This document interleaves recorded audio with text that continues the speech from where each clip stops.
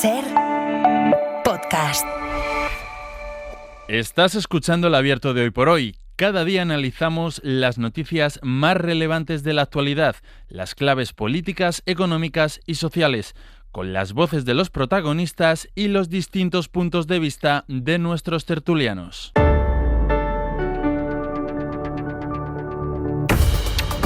Tiempo para el análisis, tiempo para el abierto en esta mañana de viernes, mañana con muchos ecos de las manifestaciones de ayer en defensa de los palestinos de Gaza, pero también en protesta por la detención ilegal de la flotilla por la libertad que intentaba llegar a Gaza para romper el bloqueo de Israel.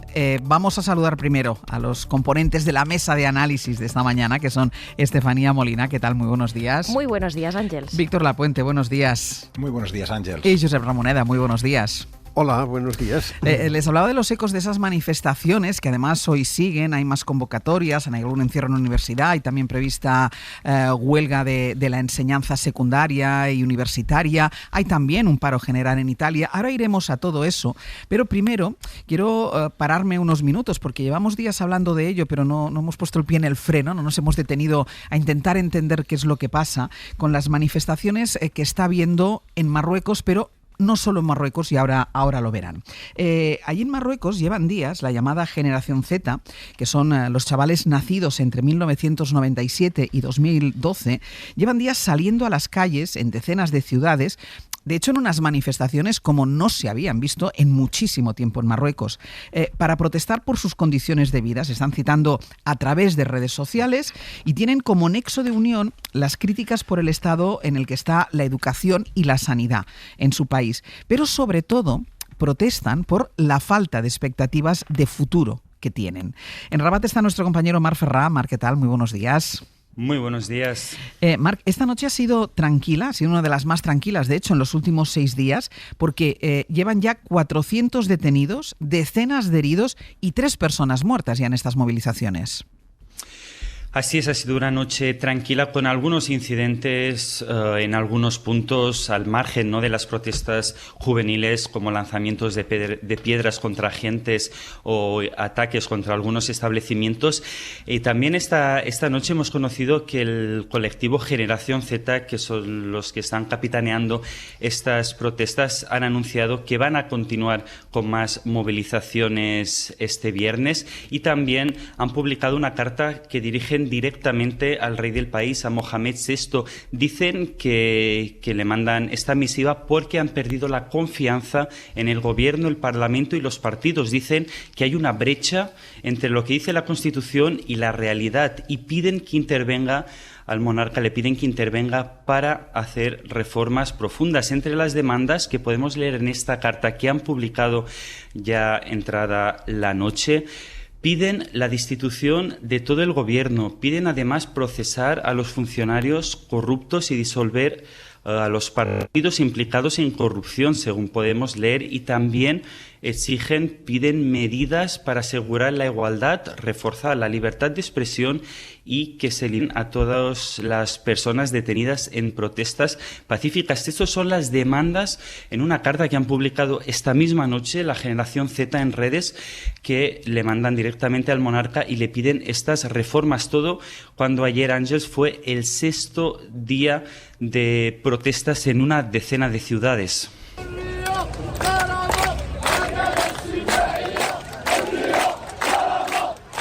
Como esta, por ejemplo, en Casablanca, el grito de libertad y dignidad, con más de 200 participantes. Y hemos visto, ayer estuvimos en Casablanca, pudimos ver sobre todo 2 cambios significativos. Por un lado, las protestas convocadas por la Generación Z se han podido llevar a cabo con normalidad. Por primera vez en muchos puntos, la policía les ha permitido manifestarse sin detenciones. Y por otro lado, el colectivo Generación Z, que ha decidido terminar las protestas a las 8 y pedir a los jóvenes que vuelvan a casa. Todo esto para desmarcarse y que no puedan criminalizarlos por los posibles disturbios que puedan surgir más tarde. Claro, Marc, dices que ayer llamaba la atención la actitud de la policía ante los manifestantes, porque hasta ahora se está respondiendo a estas manifestaciones desde la policía, es decir, desde el gobierno con mano dura. Se plantean hasta cadena perpetua para los detenidos, aunque el presidente del país se ha abierto, y quizá aquí está el cambio, se ha abierto a escuchar las reivindicaciones. Sí, lo que vimos desde el primer momento de las movilizaciones fueron el sábado, que la policía se desplegó por los puntos donde estaban previsto que se realizaran las manifestaciones y detenían uno por uno a todas las personas que lo intentaban, incluso cuando estaban hablando con la misma prensa enfrente de las cámaras. Hubo centenares de detenidos, algunos los soltaban a las pocas horas después de varias horas en comisaría, otros sí que pasaron delante de la Fiscalía. Desconocemos, en Rabat, por ejemplo, hablamos de más de unas 50 que estuvieron, digamos, ante el fiscal, o sea, que están procesados. Sí. En cambio, por otro lado, lo que tenemos también son los detenidos por los altercados que se han producido al margen de estas convocatorias, en las que el fiscal precisamente decía que se estaba hablando de sanciones ejemplares. Hay unos 200 personas acusadas de violencia, destrucción e incitación, y dicen que incluso pueden afrontar pena perpetua. Y lo último, las palabras del presidente del Gobierno dispuesto a dialogar. Lo que hemos visto es como 2 horas después de estas palabras la gente volvía a insistir en la calle con la dimisión, y lo han hecho de nuevo con esta carta que piden ya no solo su dimisión, sino la de todo el Gobierno. Marc, muchísimas gracias.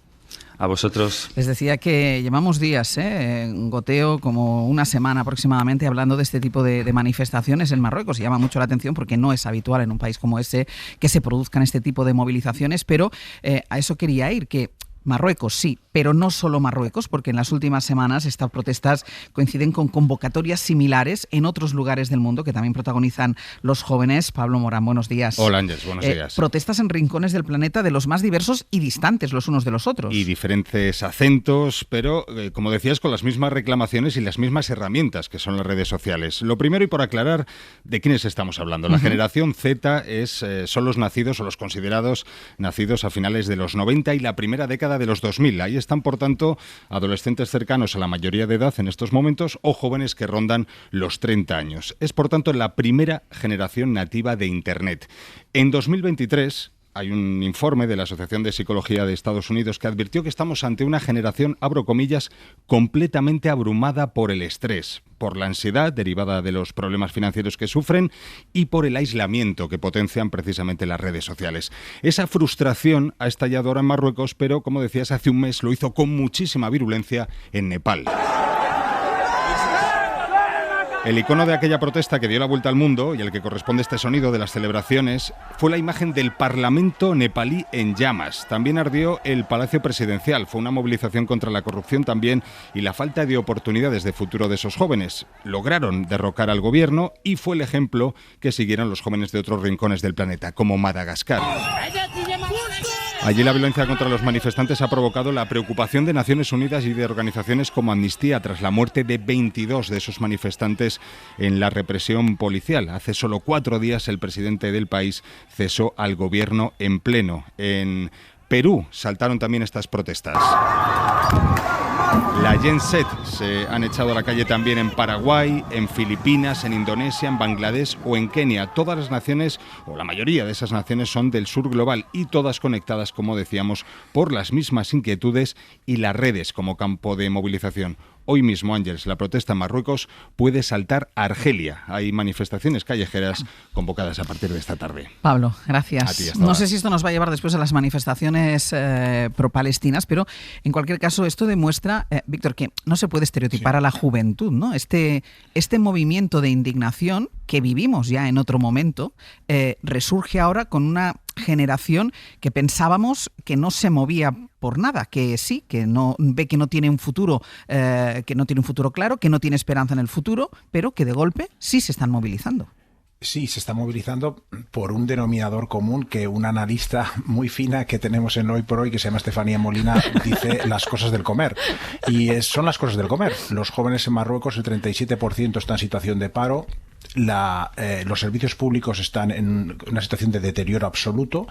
El presupuesto de Marruecos, que ya es de por sí pírrico, pues solo un 6% está dedicado a la sanidad, y están pidiendo educación y sanidad, no estadios para el Mundial, que es lo que el grito en Marruecos. La Organización Mundial de la Salud recomienda que se gaste un 25% en sanidad, Marruecos gasta un 6%. Pero hay en otros países africanos, ¿no? También en Kenia, en Angola, Togo, aparte de los que ha mencionado Pablo Morán. El 60% de la población en África tiene entre 15 y 35 años, y entre ellos 123 millones se encuentran en situación de paro. O sea, ¿qué podemos esperar de esta situación? Pues evidentemente que se desencadenen este tipo de problemas. También en Asia, obviamente, donde no hay tanto paro, pero hay mucho descontento. En todos casos yo creo que hay dos cuestiones en común. El primero es el desencanto contra el clientelismo y la corrupción por parte del gobierno. Esto suele salir, el hashtag Nepo Babies suele salir muy habitualmente en casi todos estos países, y como hemos comentado también contra la situación económica. ¿Qué podemos esperar de estos movimientos? Bueno, yo creo que un manifestante marroquí lo decía claramente ayer, decía, no tenemos nada que perder, y es que evidentemente con estos datos en la mano no tienen nada que perder, y por tanto van a ir a por todas seguramente. Y por otro lado tiene un gran aliado, que son las redes sociales, esta conectividad digital que les permite, pues incluso de Argelia y Marruecos, países que no han sido muy amigos precisamente, pues se van trasladando las protestas de un lado para otro, ¿no?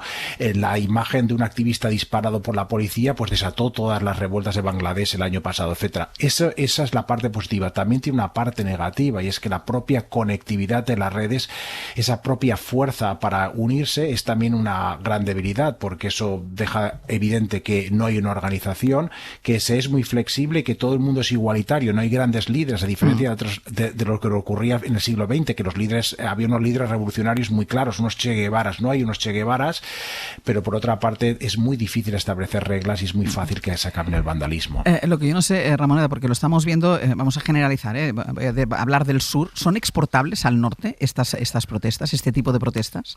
Aunque la frustración por el futuro sea diferente. Todas estas comparaciones son difíciles, ¿no? Yo en un momento, cuando oía la primera información que habéis dado sobre esto, inmediatamente me venía el recuerdo de los años 70 aquí, donde pues sí, empezaron a haber una serie de movilizaciones que ponían en manifiesto que era necesario cambiar unos sistemas anticuados, etcétera, etcétera, ¿no?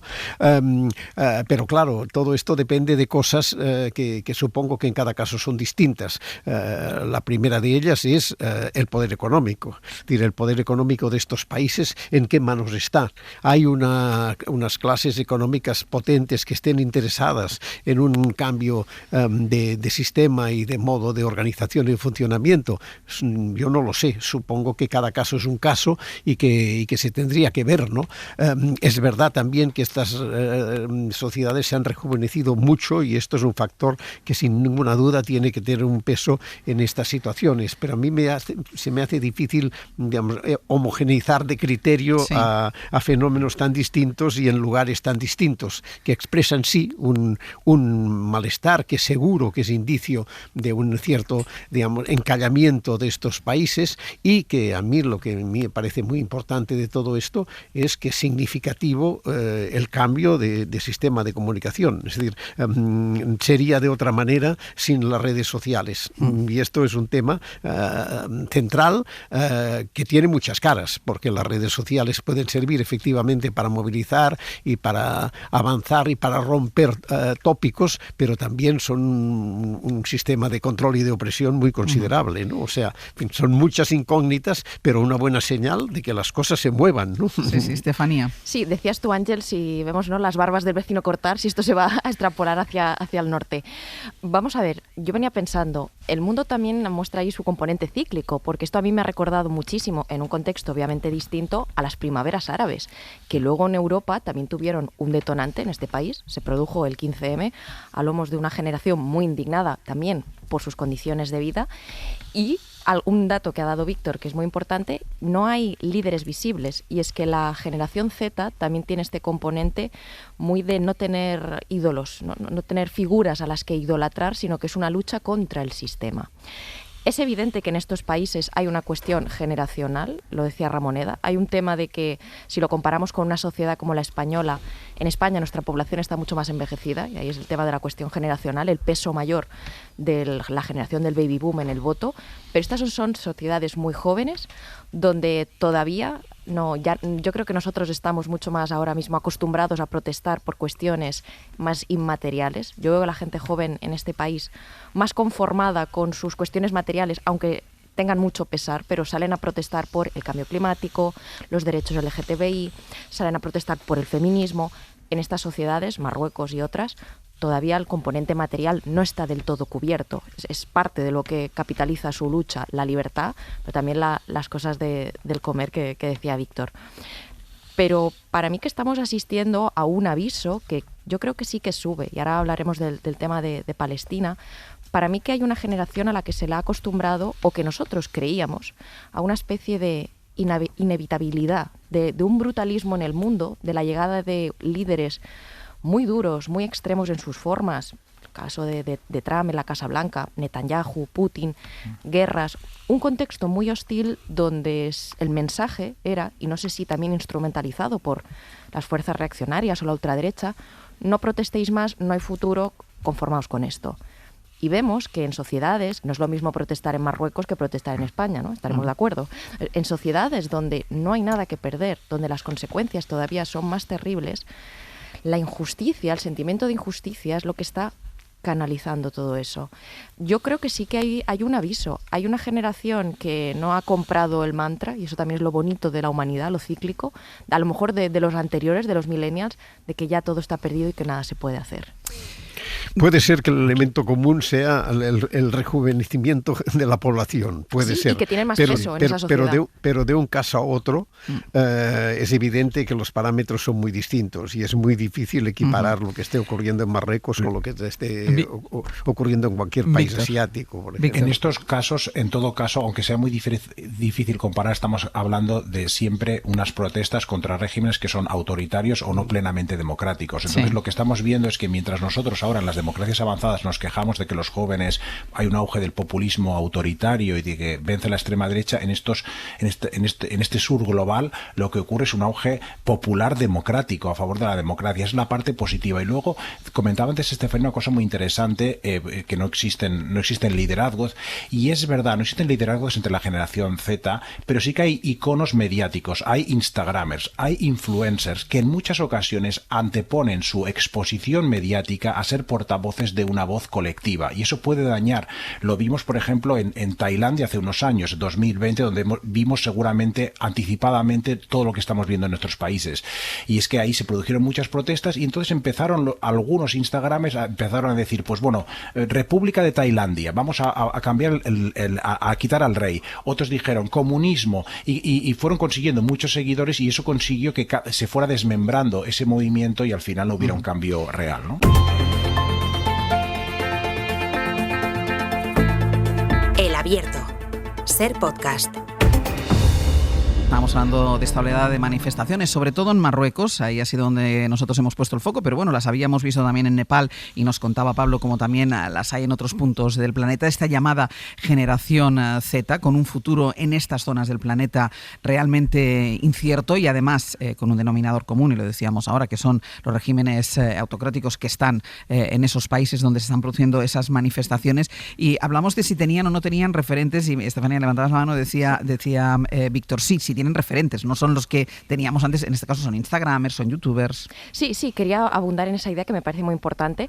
Es que fíjate, creo que tenemos ahora mismo instalada la impresión de que hay una especie como de desazón frente a los partidos políticos, en paralelo a que tenemos la calle absolutamente movilizada en este país por la cuestión de Palestina. Gente joven que a lo mejor nunca había protestado por nada en su universidad. Bueno, yo al menos, como millennial, era de la generación que se había protestado por el plan Bolonia, se había protestado también por los recortes, se habían protestado... Esta generación, digamos, que hasta ahora no había podido protestar por nada, y esta ha sido como su primera causa, ¿no? La causa de la injusticia en Palestina. ¿Por qué digo esto? Creo que no tenemos que interpretar que a la gente joven ya no le interesa la política. Lo que no le interesa son a lo mejor las actuaciones de los partidos o secundar a líderes pies juntillas. Creo que las causas siguen movilizando mucho. A través de esa conectividad que apuntaba Víctor, en redes sociales la gente está muy movilizada, compartiendo los vídeos de lo que ocurre en Gaza. La gente también muy movilizada en su momento en Ucrania, montando protestas por la invasión rusa. Ahora mismo, si lo traemos al contexto en España, parece que el relato es, bueno, pues ya al año 27 la derecha ganará las elecciones y esto ya está todo hecho. Creo que a lo mejor lo que sí que hay es un poquito de desazón con algo de los partidos políticos de la izquierda, sobre todo por la cuestión material, aunque no esté la gente joven protestando por eso. El conflicto lo tienen en el Congreso, los partidos de izquierdas que no se ponen de acuerdo. Pero la calle está muy viva. Ahora mismo el principal activo de la izquierda ni siquiera están siendo sus partidos por el tema de la parálisis, sino está siendo la calle. Y eso demuestra que esta generación es más de causas y de protesta contra el sistema que de estar idolatrando partidos. Por si alguien quiere recoger esto. Dime, algún partido de la izquierda. No, es que es verdad que en este momento hay movilizaciones de distinto tipo y en todas partes. Ayer en Francia se movilizaron 500.000 de personas y en Francia, que es un país generalmente estable y referencial, pues en este momento hay un primer ministro, Sébastien Lecornu, que lleva ya más de un mes en el poder y todavía no ha sido capaz ni de formar un gobierno ni de presentar un presupuesto. Es decir, el nivel de desconcierto la ciudadanía se siente que no sabe a quién tiene que dirigirse, que las estructuras políticas como si se estuvieran difuminando, como si les faltara capacidad para poder articular y hacer avanzar, ¿no? Está extendido en todas partes y esto es fruto de muchas cosas, pero finalmente de dos cosas estructurales. Uno, el cambio de régimen político, económico, del capitalismo industrial al capitalismo financiero y digital, y otra del cambio comunicacional. Y estas dos piezas lo están removiendo todo, porque estamos en camino, entrados ya en un mundo absolutamente distinto del que era hace 30 años. Y además con un sistema de aceleración muy importante que hace que las cosas vayan a un ritmo mucho más difícil de digerir por parte de las instituciones democráticas, que siempre tienen algo de instituciones lentas. Víctor, y cierro contigo. Sí, muy brevemente. Y es que España, con toda la crispación que tenemos, somos el país que está más tranquilo de nuestro entorno, claramente. Muy bien, ese ha sido el apunte definitivo. No entremos en detalles. Luego. Mira Francia, mira Reino Unido, mira Alemania, mira Italia. Tienes a la extrema derecha o liderando las encuestas o en el poder, y la calle absolutamente en un ratito, y aquí casi. No me avancéis temas. En un ratito iremos a todo ello, porque lo que vamos a hacer la pausa de las 9 para recopilar un poco todas las noticias de última hora que tenemos, y después iremos a esa movilización que vivimos ayer, que realmente fue multitudinaria. Hubo manifestaciones en prácticamente todas las capitales de provincia, en localidades, en pueblos más pequeños. Se movilizó la gente, primero sí, porque se detuvo de manera ilegal a los componentes de la Flotilla de la Libertad, pero sobre todo en defensa del pueblo palestino y en contra del genocidio de Israel sobre la población de Gaza. Vamos a hacer una pausa, a la vuelta ya vamos con todo ello y con la derivada que tiene en nuestra política doméstica.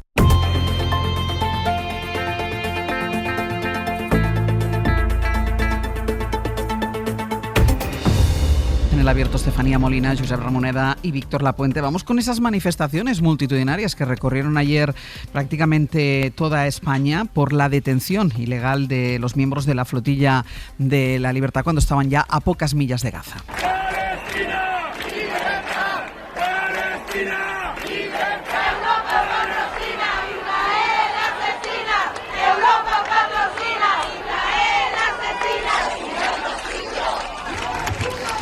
Ciudades como Madrid, Barcelona, Sevilla, Bilbao, decenas de miles de personas que se echaron a la calle para reclamar no solo a Israel, sino también al gobierno, a Europa también, que paren esa masacre, el genocidio del pueblo palestino. Y junto a España, otro de los países europeos donde sus ciudadanos más están protestando es en Italia.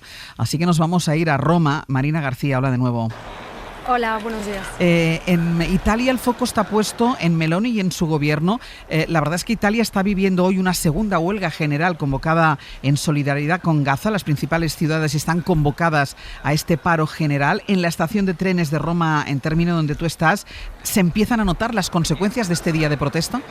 Sí, así es. En este momento la imagen de los pasajeros en esta estación central de Termini, que es una de las principales arterias del país, comienza a ser de caos y de grandes filas. En este momento la mayoría de los trenes que veo aquí en la pantalla están cancelados o con mucho retraso, y hasta ahora coge así ritmo la huelga general que afectará a todo el sector público y privado, como ya hemos contado esta mañana, al sector de los transportes, pero también a las escuelas, universidades o a la sanidad, bajo el lema: si se para la flotilla, paramos todo. Esta huelga está apoyada, entre otros, por el principal sindicato italiano, y su convocatoria como respuesta este miércoles, en cuanto la flotilla fue interceptada, ha sido declarada ilegítima por la Comisión de Garantías que regula el derecho a la huelga en Italia, y criticada duramente tanto por Meloni como por el ministro de Transportes Matteo Salvini. Vamos a escucharlo. Mi trasferirebbero lunedì 6 e martedì 7 all'aeroporto Ben Gurion e con 2 voli charter mi manderebbero in 2 distinte capitali europee. Pero lo cierto es que la calle está demostrando una crítica rotunda a la posición del gobierno Meloni ante el genocidio en Gaza y la detención de la flotilla. Hoy será el tercer día consecutivo de protestas que han materializado esta semana lo que podría convertirse, Ángels, en el germen del primer episodio importante de descontento político de esta legislatura para Meloni. A las 11 la cita es aquí, ante la estación de Termini, para la manifestación de Roma. Ahora esta zona cero se encuentra ya completamente blindada con un despliegue policial. Marina, gracias. Hasta ahora. Seguiremos muy pendientes de ese paro general convocado en Italia, mientras las manifestaciones, las movilizaciones recorren prácticamente el planeta entero. Los más de 400 activistas de la flotilla están siendo trasladados desde el puerto de Asdod, donde fueron recluidos tras ser interceptados por Israel, hasta la prisión de Beersheba, al sur del país, donde van a esperar antes de que sean deportados a sus países de orígenes. Bayola. ¿Qué tal, Ángels? Israel dice que están bien, no se sabe nada de ellos, ni se les ha visto, pero Israel dice que los activistas están bien, y Netanyahu ha agradecido a los militares por evitar una campaña, dice, para deslegitimar a su país. Lo que no aclara nadie es cuándo van a volver a sus países de origen, aunque el gobierno italiano dijo que la semana que viene saldrían, escuchábamos antes, saldrían 2 vuelos en dirección a Londres y a Madrid. Sí, lo decía el ministro italiano de Exteriores, Antonio Tajani, asegurando que esos vuelos saldrán el lunes y martes próximos desde el aeropuerto Ben Gurion de Tel Aviv. A bordo, presumiblemente, viajará la mayoría de los 473 activistas de la flotilla confirmados que han sido detenidos por las fuerzas israelíes. Como explica este responsable policial israelí, han sido transferidos todos ellos a un centro de detención de inmigrantes en el sur de Israel, cerca de esa localidad de Beersheba. Allí se espera que hoy reciban asistencia consular y del equipo de abogados que va a asumir su defensa legal. Equipo del que forma parte Miriam Massen, es una de las abogadas de la asociación Adala. Aquí en La Ser acabamos de hablar con ella hace tan solo unos minutos.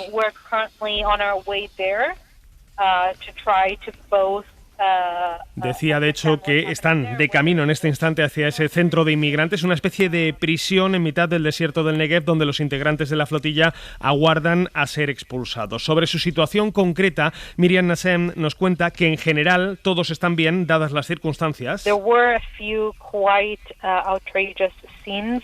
Ben Gvir was on site.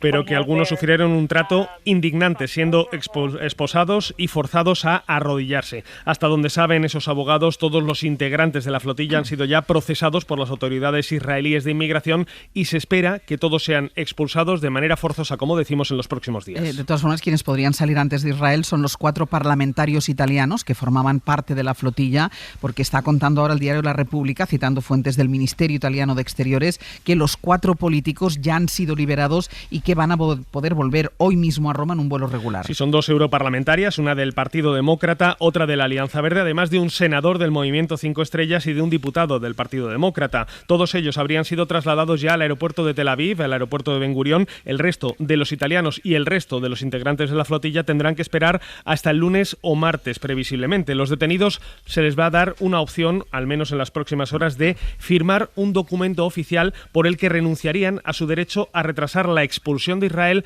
durante 72 horas, un documento que se suele ofrecer a los que tratan de inmigrar ilegalmente al país.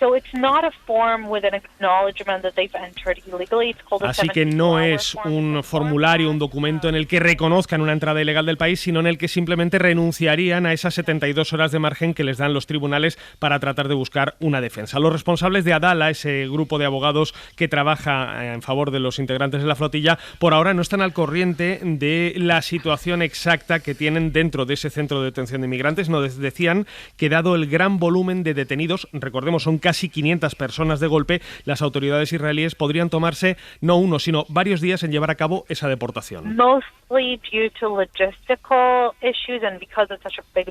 Debido a los problemas logísticos que implica y que, como decimos, podría llevar a que esa detención, que además se produce en mitad del Sabbat israelí, se pueda retrasar hasta el lunes o martes. Mayo, gracias. A ti. Aquí en España, el presidente del gobierno, Pedro Sánchez, ha reclamado a Benjamín Netanyahu que garantice los derechos de los 49 españoles retenidos. El ministro del Interior, Fernando Grande Marlaska, anunció que iban a estudiar si el asalto a los cerca de 50 barcos infringe el derecho internacional, como por otra parte llegó a insinuar el presidente francés Emmanuel Macron. Guillermo Lerma, buenos días.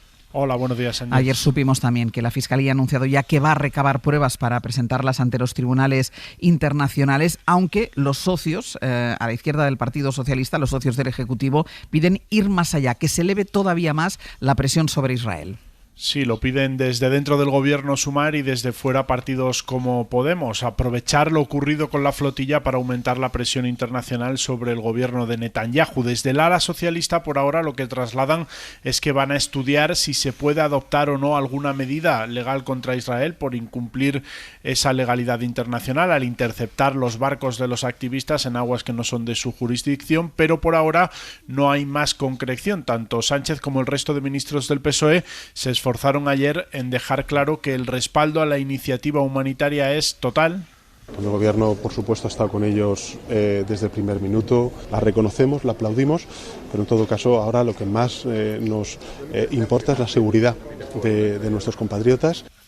El único movimiento que se ha producido por el momento ha sido el de la Fiscalía Española, que va a investigar las circunstancias en las que han sido detenidos los miembros de las embarcaciones que forman parte de esa flotilla. Desde Sumar, la vicepresidenta Yolanda Díaz pedía la liberación inmediata. Aprovecho este acto desde la Escuela de Formación de la Inspección de Trabajo de mi país para exigir la liberación inmediata de todas las personas detenidas, para dar protección inmediata a todas las personas que se encuentran en la flotilla y para que señalemos alto y claro que la Unión Europea, de una vez por todas, ha de romper todas las relaciones con Israel.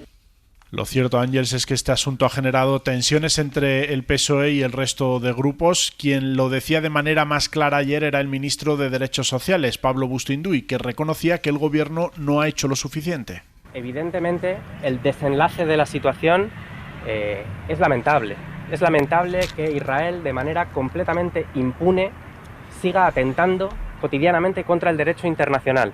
Insistía Bustinduy en que hay que romper todas las relaciones con el gobierno de Netanyahu. Podemos lo que reclama es que se lleve a Israel ante la Corte Penal Internacional para que rinda cuentas. En el momento en el que efectivamente la flotilla necesitaba el amparo y el respaldo de la fragata se retiró. En realidad el gobierno de España le ha hecho el trabajo sucio a los genocidas. Quieren los morados, Ángels, que la Fiscalía de la Audiencia Nacional actúe también contra Israel por el secuestro, dicen, de españoles en aguas internacionales. Guille, gracias. Hasta luego. Y luego está el Partido Popular. Julia Molina, buenos días. tal? Buenos días. Sobre todo el Partido Popular de Madrid absolutamente desatado con el tema de la flotilla, mientras desde Génova tienen un tono un poquitín más bajo y siguen hablando de cortina de humo del Partido Socialista con todo esto. Sí, han pasado solo 2 semanas desde que Feijóo pidió a sus varones en la Junta Directiva Nacional de su partido mesura para evitar caer en lo que él considera que es una distracción del Gobierno, pero la presidenta madrileña ha hecho oídos sordos desde entonces. Díaz Ayuso asume también en este tema la oposición más frontal a Sánchez. Si la Asamblea de Facultad Flotante creyera que Israel es genocida, es un Estado genocida, no hubieran aparecido por ahí ni locos, ni locos. Pero ya se han dado el baño y a partir de ahora, pues venga, subvenciones para chiringuitos, para el teatro, para el cine, ya se han hecho su agosto y esto sigue y les da igual. El PP madrileño abandera la defensa a Israel, lo volvió a hacer ayer Díaz Ayuso y también el portavoz de su partido en la Asamblea. El mismísimo Juan Sebastián Elcano tardaría menos en dar la vuelta al mundo completa de lo que ha tardado la flotilla en completar su batucada por el Mediterráneo. El postureo del turismo bélico para Instagram es más importante para ustedes que cualquier ayuda, porque esto es todo propaganda.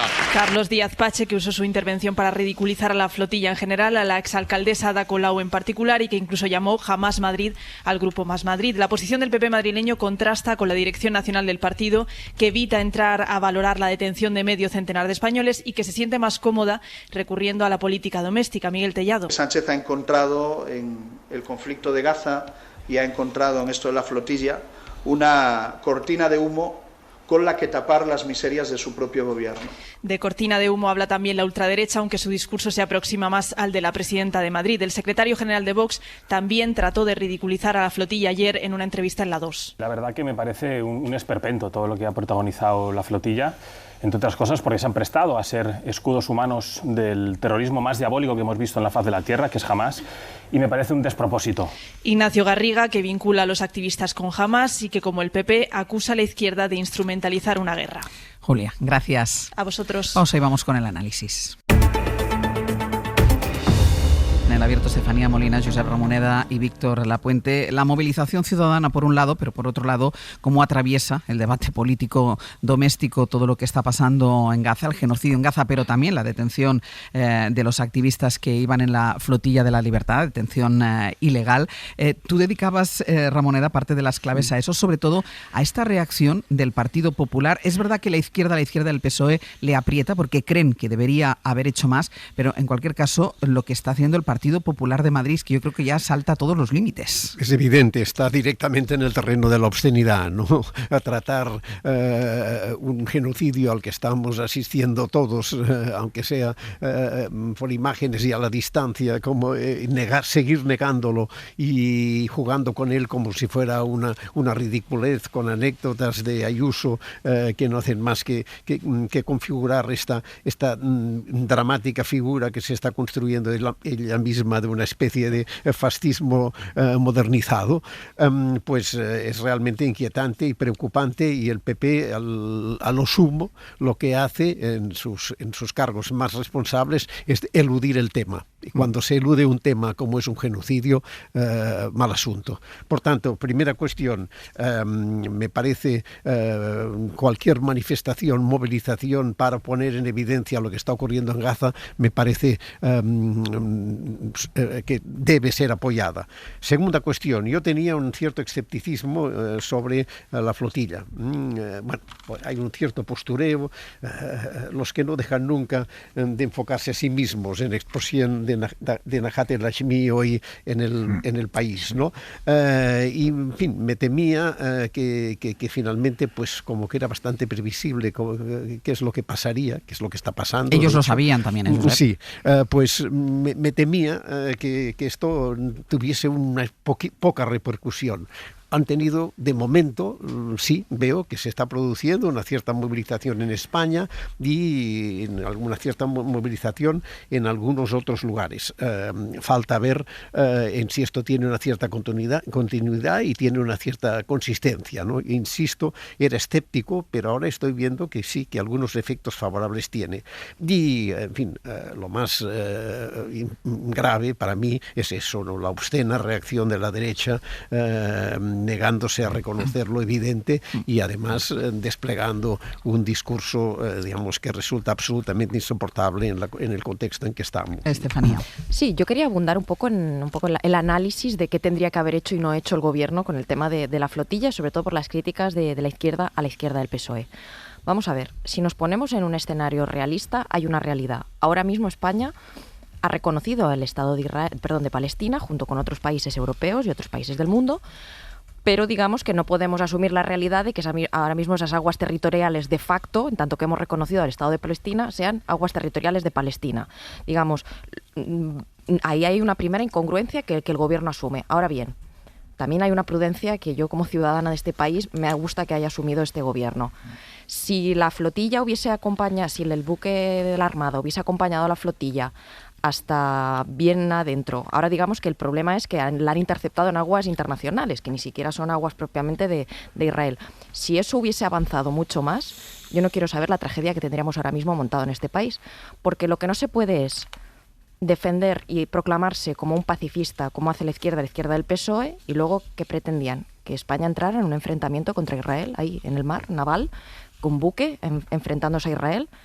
Es que no es lo mismo para Israel, entiendo yo, bueno, unos activistas que han venido aquí a protestar, venga, tal, que un barco del ejército de un país como es España, un país que, por cierto, si alguien no se había dado cuenta, no le cae muy bien a Israel este país, ni muchos de sus ministros, ni su presidente. Entonces, no se puede ser el más pacifista y luego que se está insinuando que entráramos en un enfrentamiento contra Israel ahí abierto. Luego, no se puede decir, no quiero gasto en defensa, pero luego el buque de la Armada que acompañe a la flotilla ahí hasta la costa, que yo lo vea. No diré que no es serio, porque sí que me parece este tema muy serio, pero asumamos el escenario realista. Lo contrario es condenar a la gente a la frustración. ¿Por qué el buque de la Armada no ha acompañado a la flotilla hasta el final? Oiga, señores, porque tenía unas consecuencias, hay que decírselo a la gente. Nos podríamos haber metido en un conflicto ya no diplomático, no sé si en una declaración de guerra. Víctor.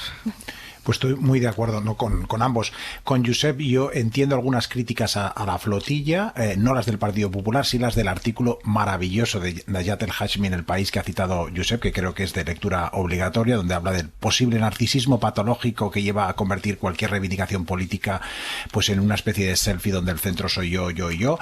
Pero quitado eso, yo estoy a favor de la flotilla y del plan de paz de Estados Unidos, de Ada Colau y de Trump en este asunto particular, porque creo que es importante valorar las dos cosas conjuntamente, porque lo uno, el plan de Trump, no hubiera sido posible sin lo otro, sin la concienciación por parte de la flotilla y por parte de muchísimos movimientos de la comunidad internacional asociativos, de la sociedad. Si no nos hubieran activado los activistas, los líderes internacionales no habrían reaccionado, con un plan que yo creo que es un tirón de orejas bastante fuerte a Netanyahu y a sus socios más radicales. Sin ese activismo, sin que la sociedad hubiera despertado, sociedad occidental, yo creo que la inercia de todos los gobiernos, especialmente un gobierno norteamericano presidido por un republicano, hubiera sido, pero también en Europa, con Francia y Alemania, hubiera sido seguir con el apoyo incondicional a Israel, porque es uno de los nuestros, es una democracia, y bueno, aunque eso está en entredicho ahora, pero bueno, aunque sea una democracia, o precisamente porque es una democracia, debemos examinarla con ojos particularmente puntillosos. Y esto me parece que es muy importante. Y dicho esto, también como Estefanía, estoy a favor de la labor de concienciación de la flotilla, pero creo que no debemos escalar el conflicto con Israel por este asunto, porque de la misma manera que alabo esta labor de concienciación, no creo que el desenlace de la flotilla, que es lamentable, como decía el ministro Bustindoy, merezca demasiadas energías diplomáticas o jurídicos. Yo creo que los esfuerzos contra Israel deben ponerse en la masacre en Gaza, en el genocidio. ¿Israel con la flotilla ha violado el derecho internacional? Sí, pero con dos cuestionamientos. Por un lugar, no son crímenes de guerra, los crímenes de guerra están produciéndose en Gaza, tampoco es el abordaje sangriento de una flotilla similar que hubo en el año 2010, donde creo que hubo 10 muertos y 30 heridos. Sí. Esto no ha ocurrido en estos momentos, la vida de las personas detenidas no está en peligro. En segundo lugar, es un secuestro de personas, sí, pero es un secuestro anunciado, es piratería, sí, como dicen algunos abogados, pero es una piratería anunciada, sabíamos lo que pasaría, e incluso se lo advirtió el gobierno español y el italiano, pidiendo a la flotilla que no entrara en la zona de exclusión. Y yo creo que lo que ha hecho Israel con la flotilla es la acción militar de Israel más ajustada al derecho internacional y al respeto a los derechos humanos en 2 años. Y de todas formas, yo entiendo la prevención que tanto manifestabais, tanto tú, Víctor, como Ramoneda, con la flotilla, ¿no? Y hacíais referencia a ese artículo de Nayat El Hashmi, que es una maravilla, porque yo creo que dice lo que mucha gente podemos llegar a pensar, pero claro, es que Isabel Díaz Ayuso, Víctor, nos lo pone muy fácil. Claro, bueno, ahí está el programa con el Partido Popular, sí, efectivamente. Con el Partido Popular, yo creo que a medida que van perdiendo las encuestas, van enloqueciendo en las propuestas, con lo de inmigración, con lo del aborto y también en las declaraciones.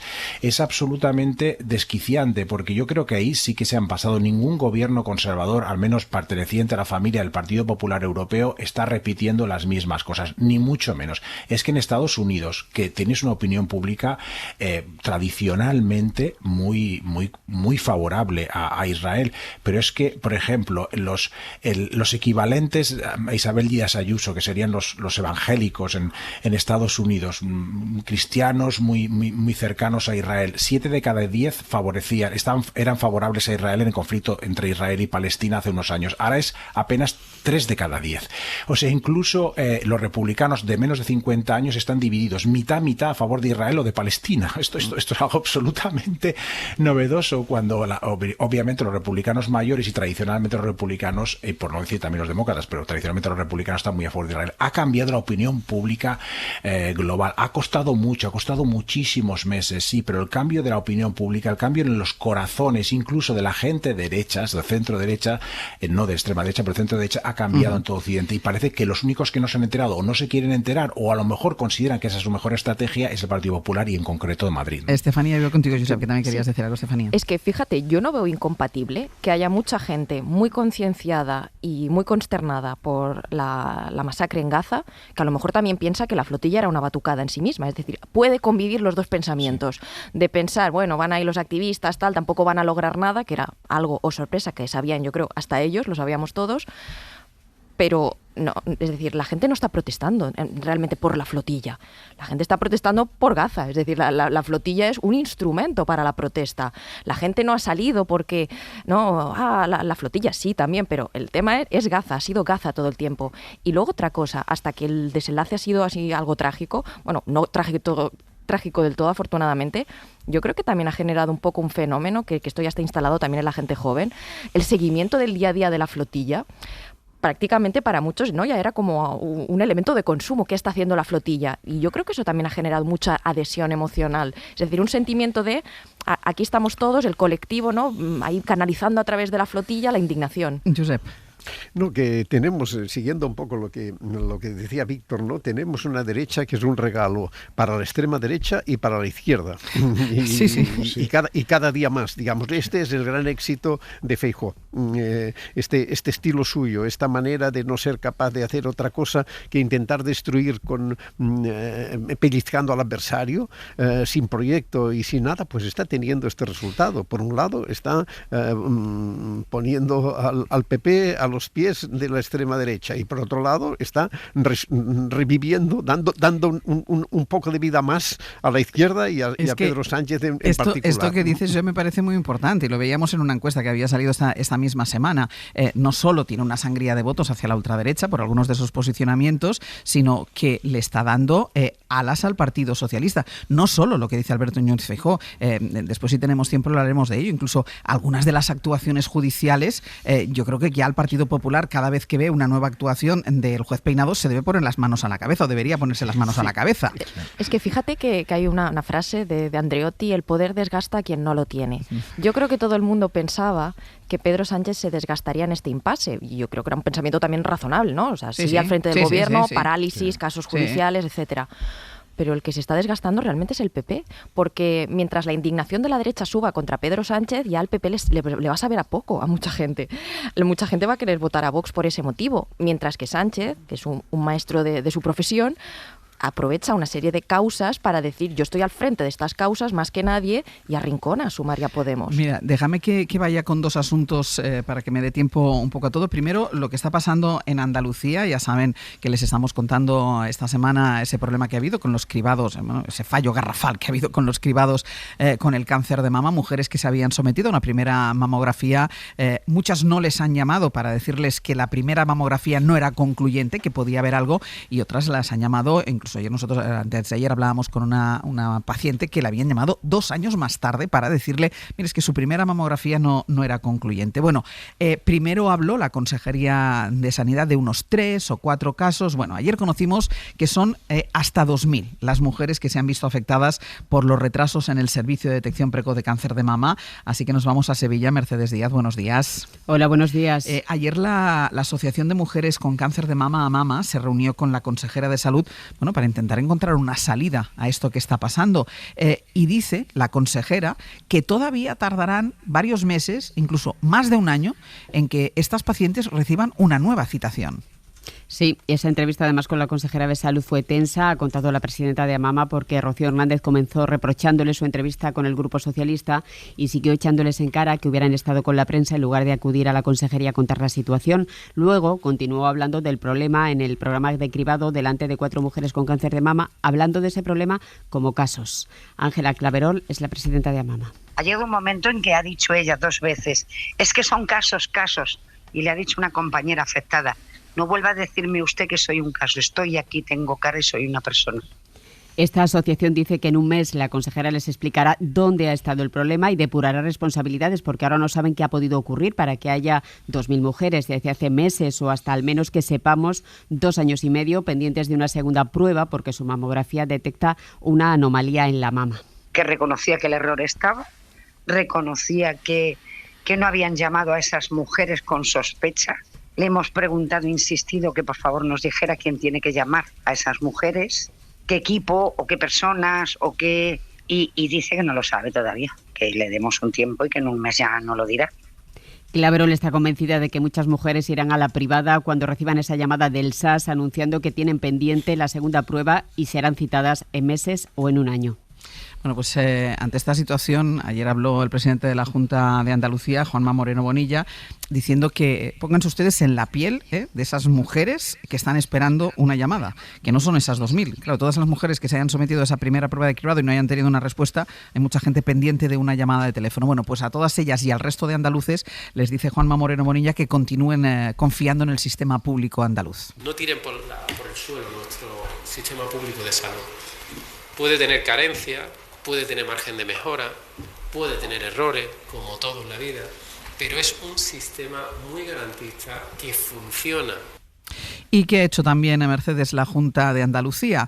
Bueno, pues un acto de propaganda, porque tiene pendiente esas llamadas, les dicen que les citarán dentro de meses o incluso dentro de un año, y ahora de golpe dice la Junta que va a hacer una cosa, que es que va a ampliar la edad del cribado.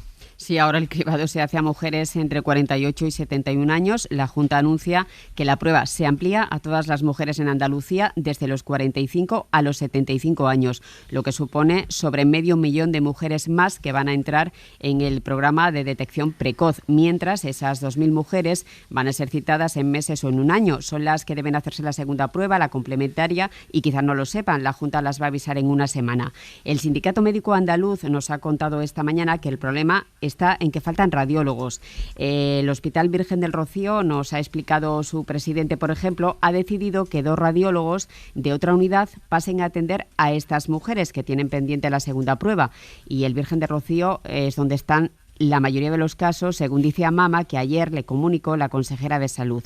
Rafael Ojeda es el presidente del sindicato. Se va a cambiar de puesto, digamos así, o de actividad a 2 radiólogos de los que hacen actividad de tarde, lo que nos a asignar ahora a la ecografía de estos casos de las mamografías con alguna imagen sospechosa, pero van a dejar de hacer actividad en otro ámbito, ¿no? Es decir, que estamos en un contexto de falta grave de recursos, ¿no? Donde no sabemos dónde se han ido estos 5.000 millones de aumento del presupuesto sanitario.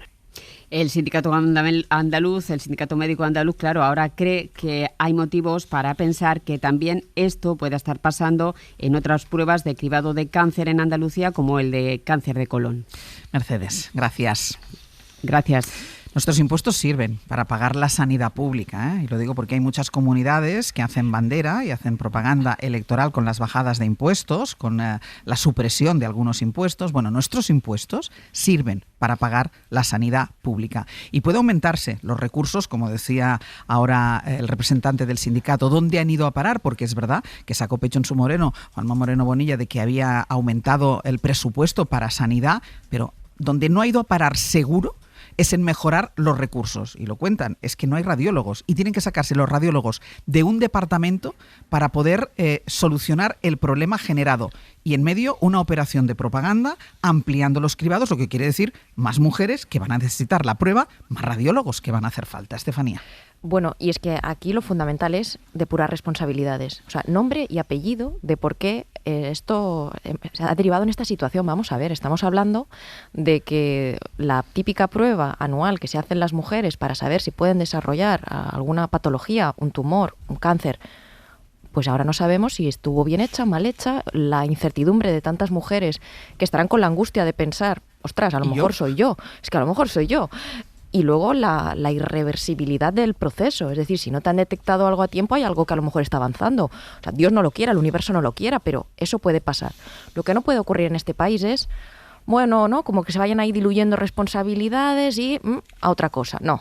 Aquí nombre y apellido. ¿Por qué ha pasado? Hasta el final. Dimisiones, las que hagan falta. pero que se diga realmente cuál ha sido aquí el motivo del error, por qué y quién. Porque si no, da la impresión siempre, ¿no?, de, bueno, pues ya está, no, es que las cosas se hacen mal. No, las cosas también las habrán hecho una persona, 2, 3, 20 mal. Entonces, no podemos caer en esto de que se van diluyendo las responsabilidades hasta el siguiente escándalo. Y es que además esto es una cosa de gestión, de mala gestión. Y lo digo porque aquí la consejera, después de no saber explicar qué es lo que había pasado, lo derivó a una manipulación política. Es decir, es la oposición la que está vendiendo una cosa que no es. No. Esto es gestión, lo que no podemos, y es que en este país estamos muy acostumbrados a esto, y llevarlo todo al pim pam pum político. No, esto es un problema de gestión. Y esto tiene un culpable, un responsable, y hay que depurar las responsabilidades. Víctor.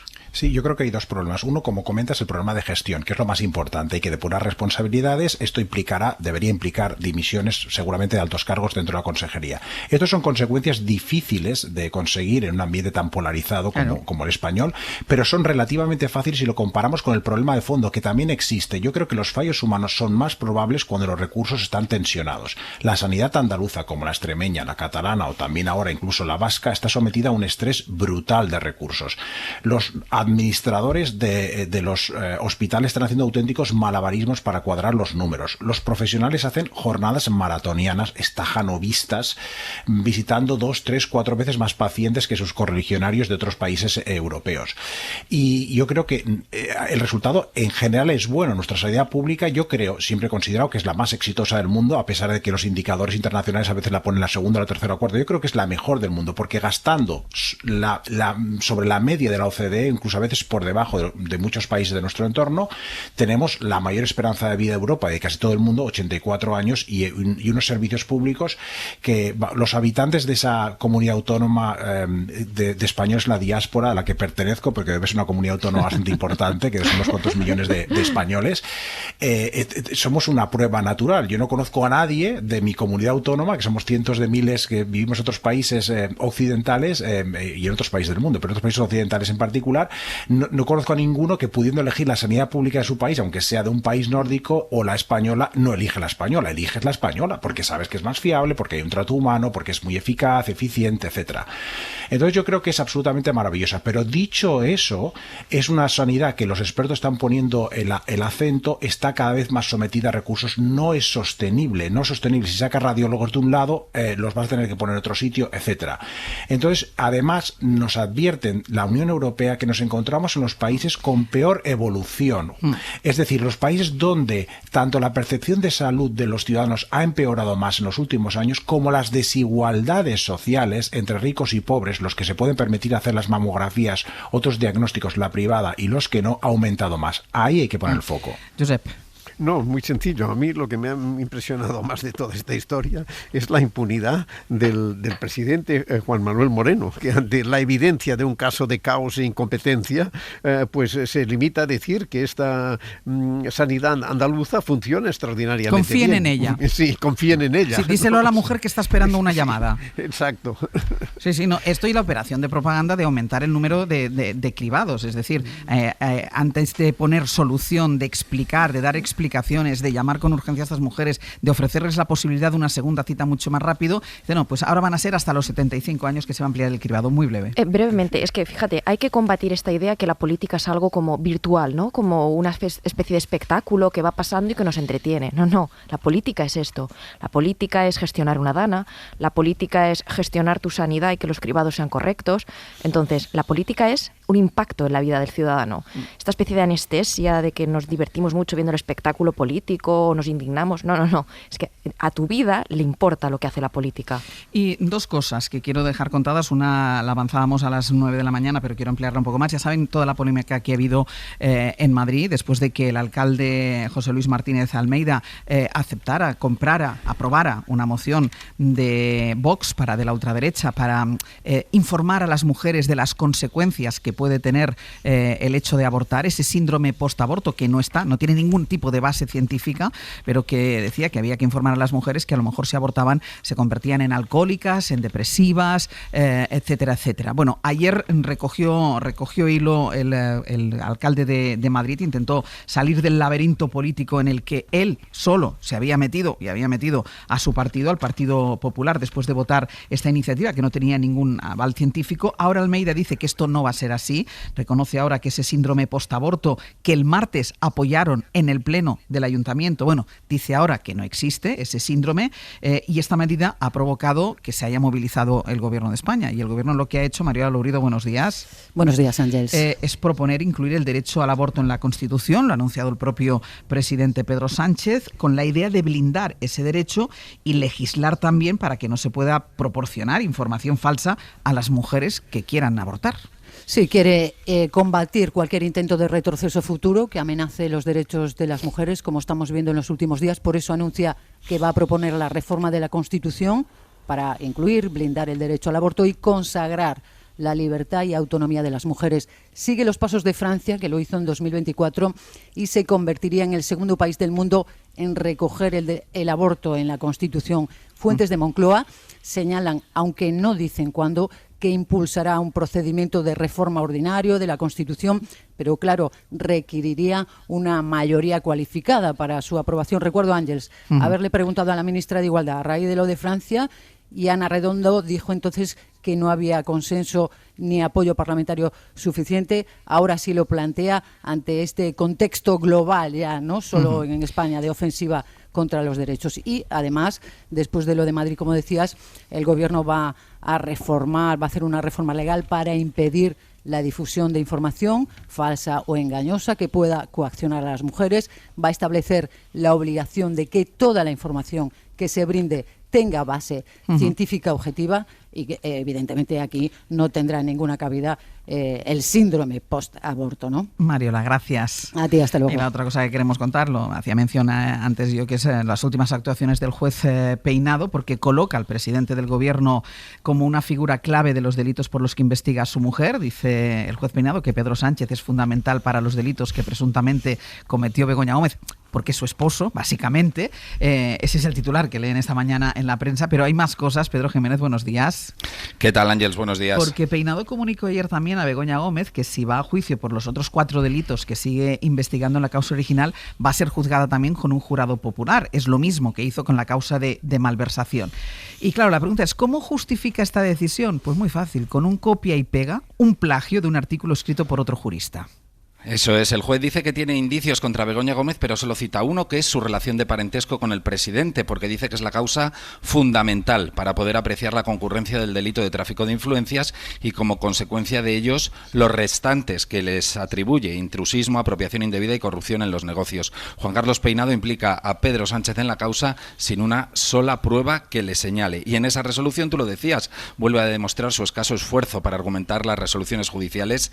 En este caso, fusila sin citar la fuente un artículo doctrinal de 2017 publicado en una revista de la Universidad de Deusto. El profesor José Cubillo escribe sobre la conexidad de los delitos con los que el juez trata de justificar por qué lleva todos los delitos de la pieza principal ante un jurado y no los separa. No es raro, Ángels, que los jueces usen sentencias o artículos doctrinales de profesores o catedráticos para justificar sus decisiones, pero lo que sí que lo es no citar la fuente y, sobre todo, no usar un argumento propio que defienda tu propia decisión. Se le habrá olvidado. Pedro, gracias. A vosotros.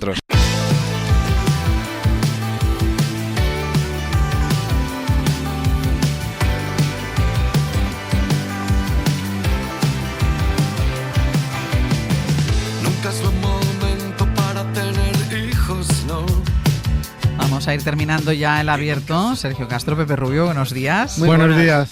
Muy buenas. Sergio, que además ha venido travieso. Ay, qué cosa. Ay, cómo se nota que es viernes, me está pintando aquí el guión a mí, cosa que no soporto. Me pone nerviosa que se improvise, ¿no? No, me pone nerviosa que pintes mis papeles, pinta los tuyos. Habrá que imprimirlos de nuevo. Los papeles son del programa. Mira dónde los tengo para que no los toques. Los papeles son de todos. Vamos. Bueno, vamos a la biblioteca, que es lo primero que tenemos a partir de las 10, con un libro que ha sido premio Fémina y premio de la Academia Francesa este año, El sueño del jaguar, de Miguel Bonfoy. Es un francés pero de origen chileno-venezolano. Y nos habla, a través de su familia, nos cuenta la Venezuela de los últimos 100 años de una forma maravillosa. En esta novela todo es verdad y a la vez todo es realismo mágico. Es muy fuerte. Está escrita en francés y traducida al castellano parece que te la ha escrito García Márquez. Es una cosa impresionante. Bueno, ese es nuestro invitado, pero ya saben que aquí participa todo el mundo, incluidos los oyentes, que pueden donar a partir de este momento. Ya pueden llamar al 900 100 800 y esas novelas que le han marcado su vida nos pueden llamar para donarlas. 900 100 800. Y a partir de las 11 muchas cosas en historias musicales con Fernando Neira e Iñaki Pascualena. Por ejemplo, hablaremos del del disco de la semana de Lola Young. Se van a preguntar Fernando y también Iñaki si se puede valorar un disco que ha salido apenas hace unas horas y que, por ejemplo, en el caso de Taylor Swift, ya llena... Pero yo ya he leído alguna crítica diciendo que es horrible. Bueno, y de todo tipo y muchas. Y después vamos a tener la actuación de Love of Lesbian con el último disco que ya salió hace unos meses, pero que empieza a formar parte de una gira en directo que lleva por nombre Ejército de Salvación. Pues todo esto hasta las 12:20 y Aitor Albizua también, que va a venir a auditarnos. Estefanía Molina, Josep Ramoneda, Víctor Lapuente, hasta la semana que viene. Muchas gracias. Luego, gracias. Adiós. Besito. Para no perderte ningún episodio, síguenos en la aplicación o la web de la SER, Podium Podcast o tu plataforma de audio favorita.